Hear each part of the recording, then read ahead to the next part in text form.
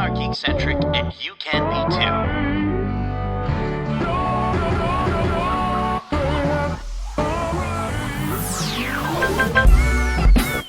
Love ya.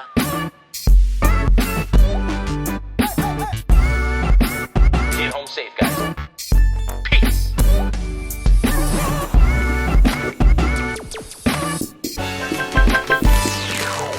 Hello, I'm J-Law, but you can call me Justin, and welcome to our special Behind the Geeks episode for the Apple TV original series, Foundation. If you're joining us for the first time, well, we are Geekcentric, a podcast celebrating the world of movies, TV shows, toys, collectibles, gaming, and all things Geekcentric. Joining me for today's special foundational episode, he's sort of foundational. Actually, he's crucial, but he's a bit of a peasant as well. Nate Shelton, how are you, my friend? Greetings, Empire. I'm a peasant, say. I would just, again, full disclosure, I fell off of this show after a couple episodes into season 1, so I haven't watched it all the way through. You are the Foundation expert, which is why we are. Well, then I think here you, today. sir, I guess I am the peasant. would be the peasant. I guess I am. Yeah. Bow down to me as ruler of the galaxy. I'm doing good, man. This was a lot of fun, and I'm excited to kind of talk a little bit more about this show. Mm-hmm, absolutely, yeah. And before we introduce who we're talking to today, as I mentioned, you're a huge fan of the show. You watched all of season 1 when it initially dropped, and you definitely watched all of season 2 in preparation for these interviews. So for our listeners who are joining us, who are fans of this show, I know we can't necessarily get into a formal review discussion, but what were some of the big highlights and takeaways from this season? Obviously remaining spoiler-free. Oh, yeah. But what were some of the big highlights and takeaway for you in terms of enjoyment in comparison to the first season? Well, I think first off, for folks who are maybe like yourself, if you're listening to this and you've not, maybe you saw who we were interviewing, you wanted to hear from them directly, but maybe you've not watched Foundation. Foundation, it's a book series. Isaac Asimov wrote them a billion million years ago, it feels like, long before either of us were born. And I would say visually and from a lot of ways in terms of like design language and scale and scope, I think this show is very similar to Dune in a lot of ways. If you've seen Dune, shares design language with things like Star Wars and Star Trek. But I will say the coolest thing to note about all that, as you're maybe watching trailers for this series, is that this is actually what inspired those stories. So, while we're now just getting to see it on the screen, a lot of what you're maybe watching and a lot of sort of the, we're going to say it a lot, but the foundation for what in terms of modern day sci-fi came from Isaac Asimov's Foundation. And so, yeah, I think, this season it's bigger than season 1. I think, a lot of people, and I think even yourself, Justin, in our conversations, have compared Foundation to something like Game of Thrones in space. And I think it really has the legs to get there, especially after this season. I think a lot of people I know, including myself, weren't fully locked into Game of Thrones, or hadn't really even gotten into it until after 2 seasons had already happened, and then people started really talking about it. Based off of what I've watched of season 1 and now season 2, I really do think this show has the legs to get there. Will it ever be at the height of Game of Thrones? I have no idea. But as far as from what I've seen and from what I've watched, it is one of those shows that I think there's some incredible performances in this show, and especially in this season. And I think this season, as far as, and I get it, it's the second season, so it is meant to feel more accessible in the sense that you already sort of have a groundwork for where the characters are at. But you have to be reminded that, or made aware of the fact that this show takes place over hundreds, sometimes thousands of years in terms of different timelines that we're getting here. So for a lot of folks, I think that might sort of rub you the wrong way. I do feel like season 2 is, aside from already knowing the characters, it is so much more accessible. It feels more streamlined. And I was able to follow it so much more than season 1. And I think if you're watching season 1, you're kind of on the fence, lock in, because season 2 was fantastic. Yeah, I tried to jump onto this show early on, but I think I found it too overwhelming. Mm-hmm. And my history with Game of Thrones is that I didn't jump into Game of Thrones until season 6. So I was tuned in for the last season, where I was watching it, week to week. But before that, I never touched it. It literally was through the excitement and the fandom that I sort of found my way into it. So who knows? I think that with a show like this, as you said, it is a sci-fi origin story for so many of the stories that we've talked about, like Star Wars, like Dune. I think the advantage that obviously those stories have in the sense of, being realized in movies and TV shows, whatever you may have, is that they inevitably got there sooner than Foundation, whereas Foundation now feels like it is a influential sci-fi story that is being told on a grand scale because of the work that has been achieved with Star Wars, Dune, Game of Thrones, all of these things that insightfully are inspired from Foundation. So it's great that you're enjoying it. There is a niche following to these stories that people really do appreciate and are enjoying seeing them come to life. So all power to the entire team that's committed to bringing this epic story to life. Well, and I will just say, I think season 1 was one of those where I watched the finale on a plane. You know what I mean? I watched it on an iPad, and it was one of those things where it's like that could seem like quite a dish, the way but I think it at was the time intended to be watched, right? Right? Yeah, no. I think watching it in that way, I found that the visuals were fine, but they weren't what you would expect from the caliber of story. Whereas I find that with this season, the production design has just gotten a complete boost. The visuals are exactly where I would expect them to be. And I think, from a standpoint in terms of season 1, I would have disconnected probably earlier from the show had it not been for the amazing performances. And speaking of that cast, why don't we get to our lovely interviews? Nate, as you were mentioning, you had a chance to sit down with quite a few people from the show. Yeah. Why don't you let our listeners who haven't snuck a little peek at the description to see who we're talking to? Yeah, do you ever just let your podcasts play on and don't actually look at the titles? I do.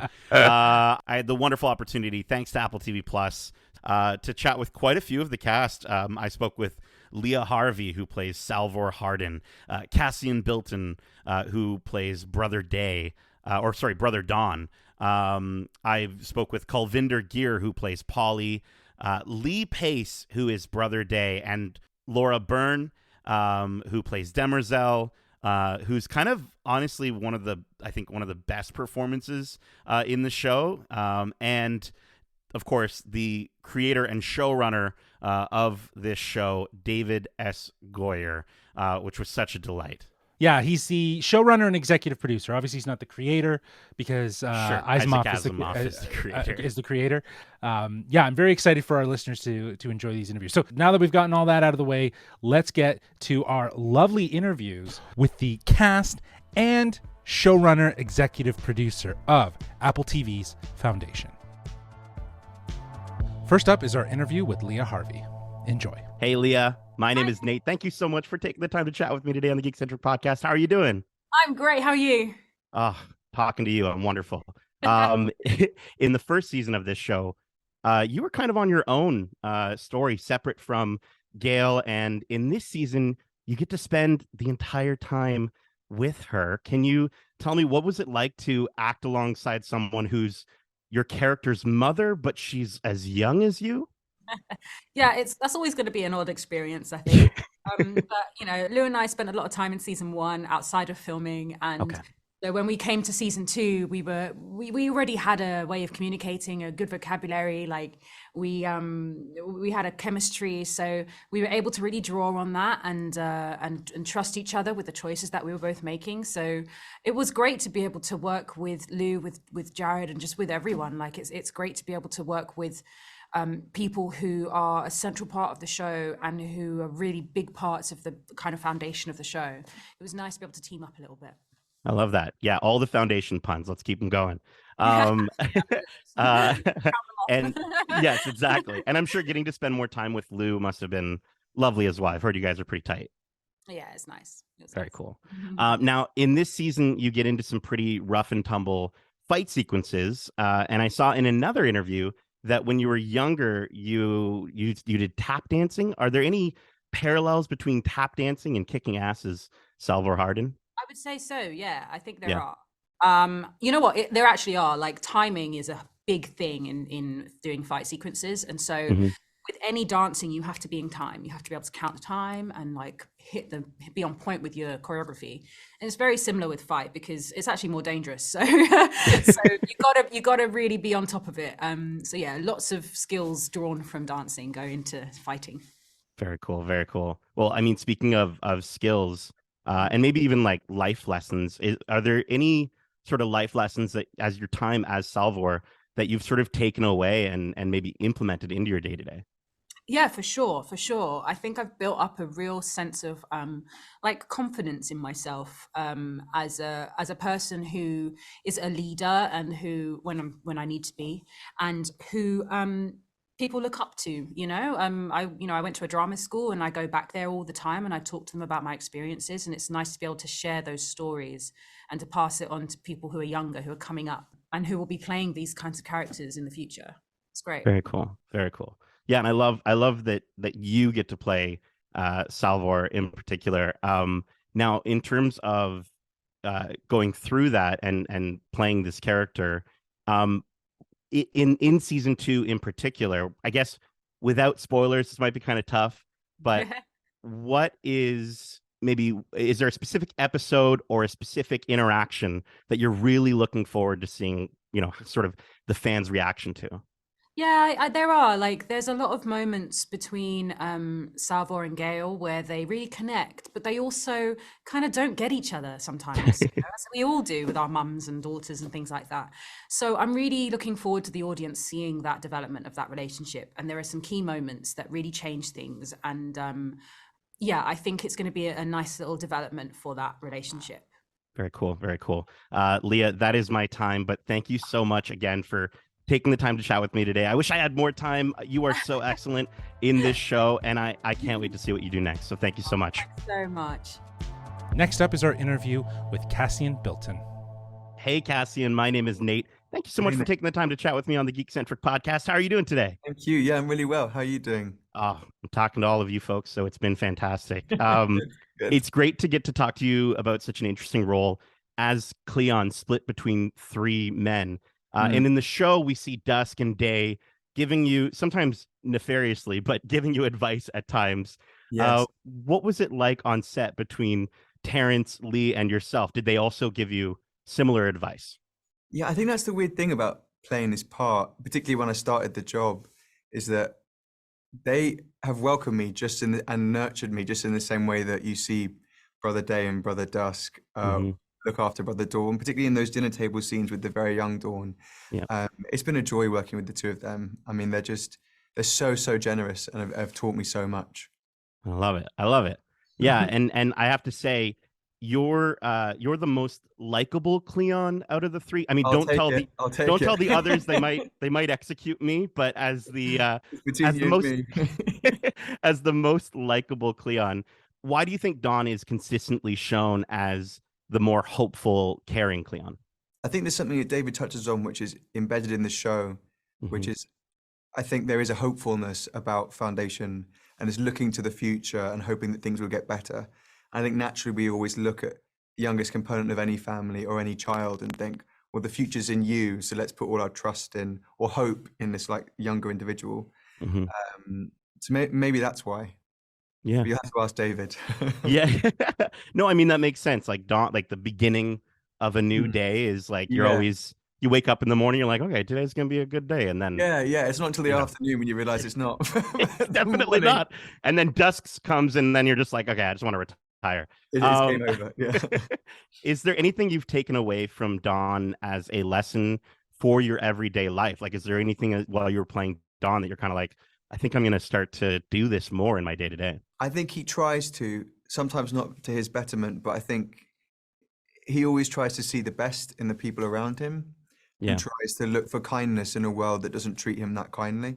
And I think the Cleons are really starved of any affection or intimacy in that enormous palace. Absolutely. and their robot. So I think he's the one of the three that seems to look for kindness in people, and that's something that I think we could all learn from. Yeah, and I love how in this in the universe of Foundation, it's just like in our real lives, like almost sometimes the more popular you get, and especially in the case of someone ruling the galaxy, it's crazy how lonely that life can be. Yeah, I mean, in a lot of ways, the Cleons live a lavish life. In a lot of ways, they live a very sad and lonely existence. The idea of just hanging out with two other me's and a robot doesn't sound like that much fun. For sure. And lastly, is there a particular moment in season 2? It's going to be tough without spoiling things, but is there a specific moment or episode in season 2 that you really look forward to, the fans' reaction and sort of seeing what they get out of it? Is there a specific episode that they should be waiting for? The arrival of Queen Sareth, and the Cloud Dominion, which comes early doors, but normally the Cleons invite visitors and it's very much on their own terms. Yeah. And she comes in with a whole agenda and definitely mixes things up. So I think that's something you haven't seen the Cleons face before. Absolutely. And I don't know if they're quite ready for it, but you have to wait and see what happens. Yeah. Very excited. Very cool. Cassian, that is my time, but thank you so much again for taking the time to chat with me. Thank you so much. You're fantastic in this show, and I can't wait to see where your character goes next. Thank you. Cheers. Have a nice day. Next up is our interview with Kulvinder Ghir. Hey, Kulvinder. My name is Nate. Thanks so much for taking the time to chat with me today on the Geekcentric podcast. How are you doing? We're really good there. That's good. That's good to hear. In season 1, your character Polly was a young boy, and now in season 2, respectfully, he's a little older, I'd say, but you still managed to convey that sense of playfulness and showmanship that Jairaj had in season 1. What was it like adapting that? And did you talk to Jairaj at all about the role?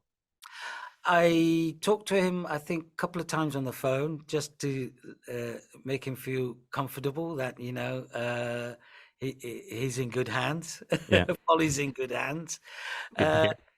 Humor is important for us as well because that will exist in every individual. So you wanted to bring that into Polly. Mm-hmm. The pathos, I think, is important within this. To the extremes of Polly's emotions where he can travel to, and his sincerity. He's quite genuine in that way, Yeah. And honest, I would say. I love that. I love how he's he is this showman though at the same time. Like it very much fits. I've seen some of your work and it very much fits kind of your personality as well. Oh, thank you. I mean, it does fit the glove in that sense. He has the showman because he needs to sell religion so he can get more and more disciples. And he uses science magic in that respect to attract more and more disciples into Foundation. Yeah. Well, I mean, kind of on that sort of topic, you've played characters rooted in culture in our real life history on Earth. But how do you wrap your head around becoming a prophet for a religion based around a scientist 1,000 years in the future? I think what I did do was when I started working on Polly was to neutralize him, really, to base him in non-identity of culture. I've got I grew up in the north of England. I have quite a northern accent. Mm-hmm. At the same time, my origins are from India in Punjab, but I grew up in East Africa in Nairobi. So the scope in you is massive. So I said, let's make him relatable to anybody and everybody. Mm. Let's neutralize him first.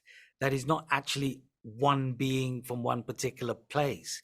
He can be from anywhere and anybody. And that's what we try to do with our work anyway. Yeah. Is, you know, is to show that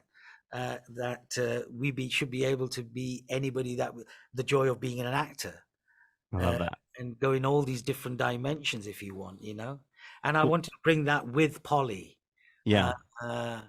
And hopefully that happens. And I think that is brought through just him being honest and genuine as a person, and Mhm. having those flaws, as we might be, you know, might be drinkers, or we might be kind of drug addicts or what, but that's our normality as well. You know, we're not, Mhm.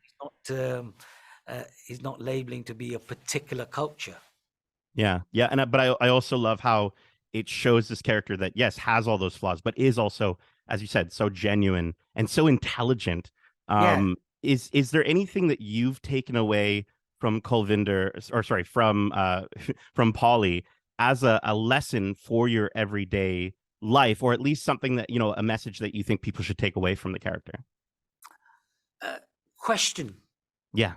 You question. You Oh. want to question everything and everything more. You know, it does make you question yourself, who you are and what you are through Polly, because of the journey of that revolution he's on, and what he wants, you know, for what is right for the people. So you're constantly looking and questioning. So I think that was one thing enlightened in me, was to constantly question more. I love that.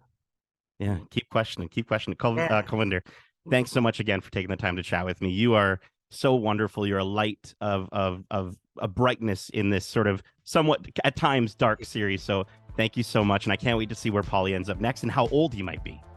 Pleasure. Thank you very much. Next is our interview with Lee Pace and Laura Birn. Greetings, Empire. My name is Nate. Thank you so much, both, Nate, for your shirt taking the wins time. today. Oh, thank you. I love it. Thank you so much for taking the time to chat with me on the Geekcentric podcast.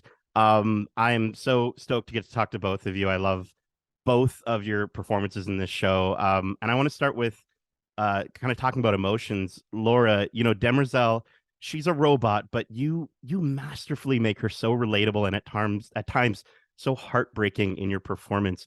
How do you balance the drip feed of emotion that slowly starts to build within the character? Well, thank you for your beautiful words. I do love playing Demerzel. There's kind of like, I love I do actually, and sometimes it's challenging, kind of like, it's because the line is kind of very thin, how not to become too human or too machinery, but I love kind of I think what is interesting about her is that, like, well, she's lived for 25,000 years. She's seen everything. She's felt everything. She's observed every kind of human. She's learned from all of kind of like characters and people, and all that is inside her. And it's kind of like a fire inside her. There's a lot of life inside her, a lot of knowledge and a lot of pain, a lot of joy. There's all that. But then her like strength is in kind of like not showing that, like not just holding it together. But then there are moments like, I love to treat this story inside the all grandness of it, kind of like a family story. They have a small dysfunctional family, and sometimes your family members drive you nuts. They drive you crazy. They drive you over the edge, and then that one tear like squeezes out of yourself, or like there's a moment of But here's the thing. Yeah. She's a robot. Yeah. The question becomes highly like, intelligent she AI. might be a very sophisticated AI, Yes. but Right. but it is an impossibility that she would feel emotions, no matter how sophisticated her programming is, that are the same as what a messy human would feel. That's the thing I think you have to keep in mind. Watching her, I mean, as an audience, right? Yeah. Well, it's like, is it emotions or is it emulation, right? And I think Laura, I think that's the best part about your performance in that, is that it's like, we don't know, we can't tell. You know what I mean? Yeah, exactly. Because I agree with you. She's so masterfully kind of like, she's the most emotional character on the show.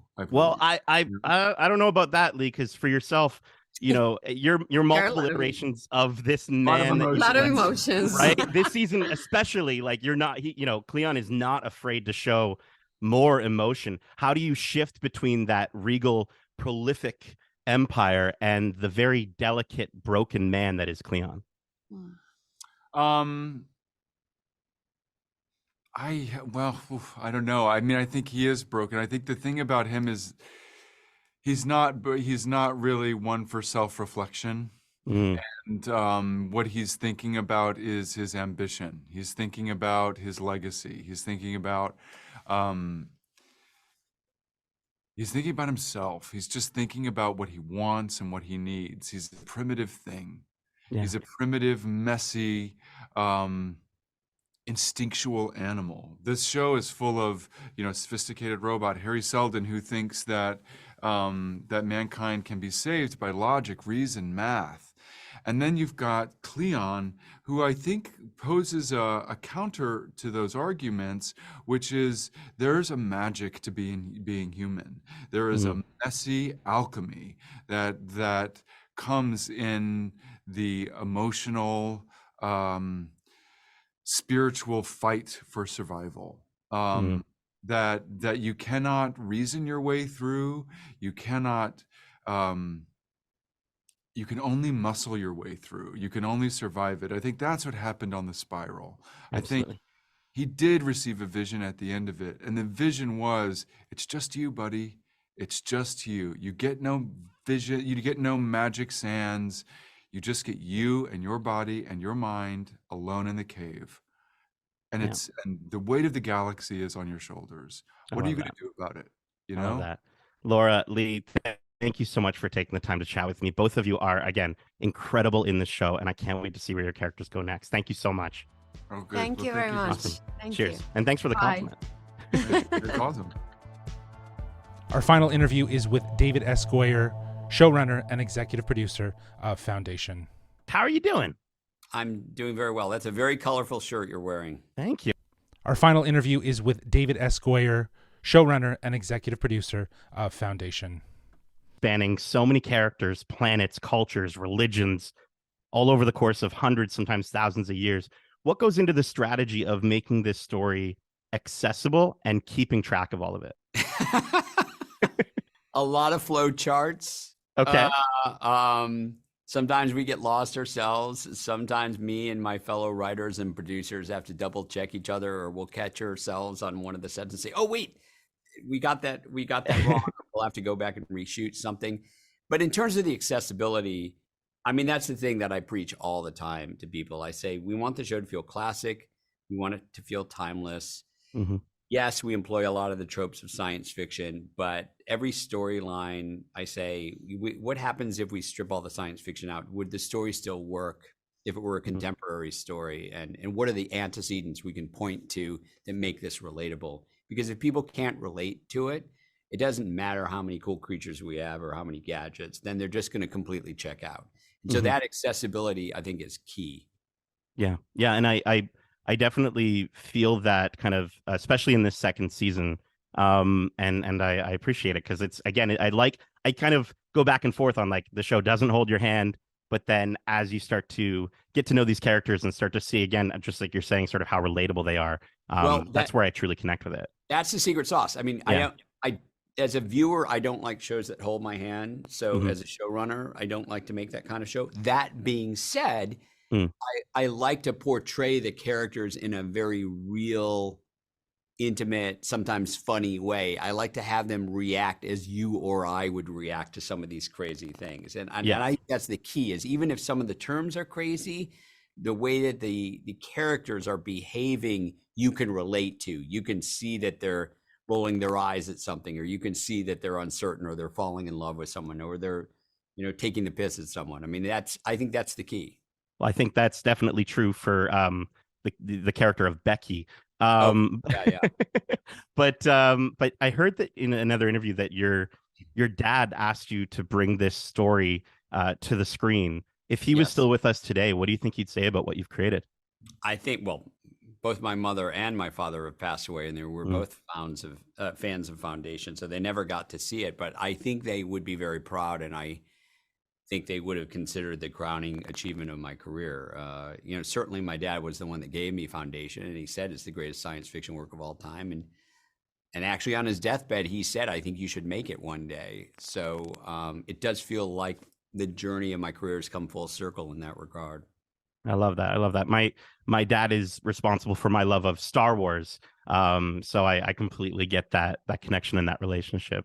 Now, there's so many wonderful characters in this show. They're so fascinating. Is there one specific character, and it's kind of hard to choose because it's like, oh, choose between my children or whatever, but is there one character that maybe you align with and feel personally connected to?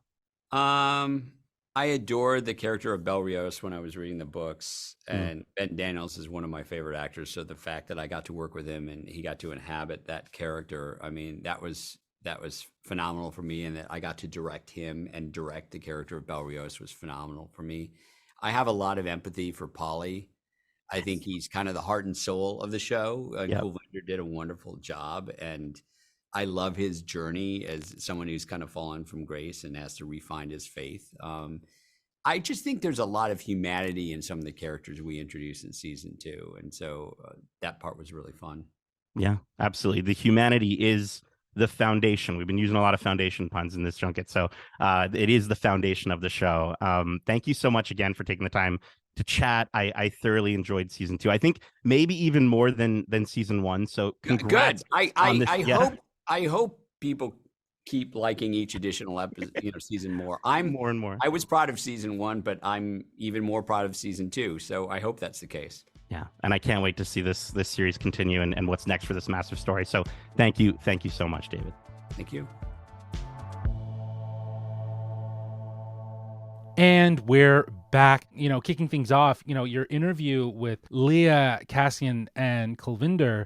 I really enjoyed how you were able to get them to talk about their characters as people that they're almost parallel to and become in a lot of ways, and how they are able to sort of relate to their characters in a more humanistic way. Yeah, I mean, for everyone aside from Kulvinder, this is their second season of doing this show, and so yeah, I mean, I think getting to talk to all of them in the way that you just said, the way that they're sort of talking about their experiences, just speaks exactly to what David was saying in his interview, of just how much they all have such a focus on their characters as individuals, so that they can all be so relatable. And David called it the secret sauce to the series, and in terms of its accessibility, and I wholeheartedly agree. I think this show, kind of like we were discussing at the top of the show, it can sort of feel really difficult to get into or to connect with because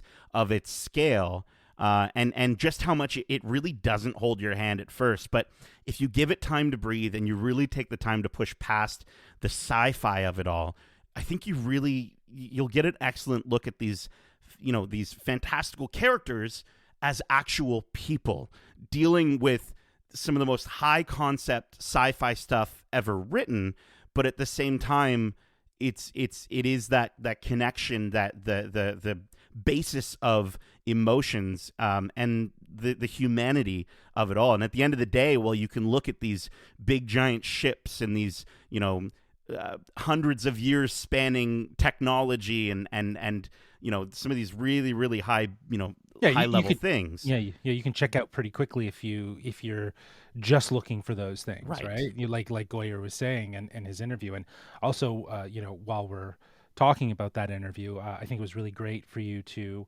ask the question about what his father would think. Yeah. And this obviously meant a lot to him, and probably one of the biggest drivers as to why he wanted to bring this show to life. And for him to kind of have that recognition that his career's kind of come full circle, it's all kind of prepared him to come to this opportunity where he could tell the story that his parents, both his mother and father apparently were fans of. That has to feel really rewarding. Yeah, man. I the thing is I think I absolutely agree with him. I think his parents would be incredibly proud of him, and rightfully so. I think this season I found I enjoyed even more than season 1. I think overall it's more of a success than last season, and I really do hope that they get to keep going. I think there's so many books, so much story to pull from. I think they could they could easily surpass 5 seasons if they wanted to.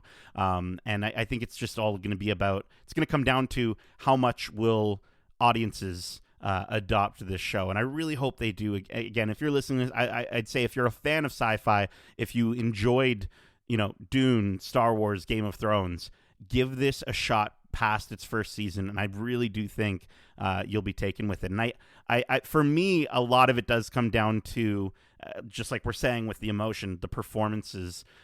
Lee Pace is so stellar in this series. I always knew he was a phenomenal actor, but getting to sort of get so much of him and such a broad range of seeing his character as this emperor of the universe, which is such a ridiculous thing to think about.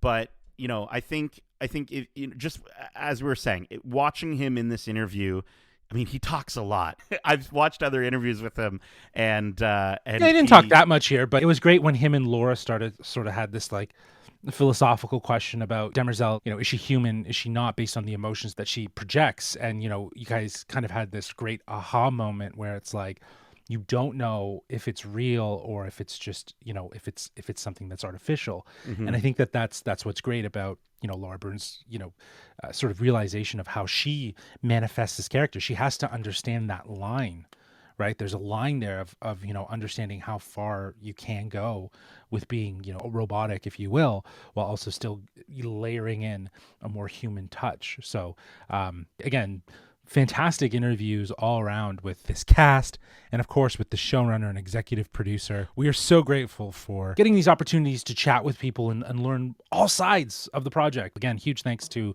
our friends at Apple TV Plus for setting this up. And you don't have to wait long to enjoy season 2 of Foundation, which premieres globally with the first 3 episodes on Friday, July 14th, 2023. So this Friday on Apple TV Plus, followed by new episodes weekly every Friday exclusively on Apple TV Plus. Nate, great job with these interviews. It was absolutely fantastic. I'm glad that you were able to do it because you're a huge fan of the show. Yeah. You've definitely talked about it at lengths with all of us. So bravo. But that's it for this special Behind the Geeks episode for Foundation. If you enjoyed this episode and you want to let us know, well, you can reach out to us at wearegeekcentric@gmail.com. That's wearegeekcentric@gmail.com. Or you can reach out to us on Twitter at GeekcentricYT or on Instagram at wearegeekcentric. And yes, we are on the threads. We're threading, so you can reach out to us there as well at We Are Geekcentric. Keep in mind, we have a ton of other great episodes, including more interviews like this one. You can actually check out tons of interviews on our YouTube channel at youtube.com/geekcentric. There you can actually see a video with all these lovely interviews, so you can see Nate interacting with Lee Pace and Laura Byrne and David S. Goyer and the entire cast. But also we have other outstanding interviews there, like my set of interviews with the cast of Nimona, as well as the directors and the creator of Nimona, which is currently on Netflix. So you can check those out at youtube.com/geekcentric. Also, we have our ongoing watch club for Marvel Studios' Secret Invasion. 3 episodes are out. We're halfway through the season, and actually tomorrow we'll be watching episode 4, and we will be releasing our watch club for that episode Friday. Plus, we got a ton of spoiler-free reviews, including our most recent review for the After Party Season 2, which is actually on Apple TV Plus as of today, July 12th. If you're listening to this on the day of release. Yeah. So if you're a fan of that show, we definitely encourage you to check out our spoiler-free review before you jump in to the first 2 episodes, which will be available on Apple TV Plus. We don't necessarily give it a rating because we didn't get all the episodes, but we do talk in great lengths about what worked about the season and if there was anything that didn't work for us. So definitely go give that a listen. As well, we're amidst the hot geek summer. That train is chugging along. So hot. I know. This past Monday, we actually dropped our spoiler-free review for Mission Impossible Dead Reckoning Part 1. We got spoiler-free reviews for all the summer blockbusters, including including Indiana Jones and the Dial of Destiny. We have our spoiler-free review for Nimona, which again is available on Netflix. We got our spoiler-free review for Wes Anderson's Asteroid City. We got spoiler-free reviews for The Flash, Elemental. It has been a busy summer, and there's still more to cover. So lots to look forward to. So be sure to subscribe to us wherever you listen to podcasts. But until then, as we say, Love ya. peace.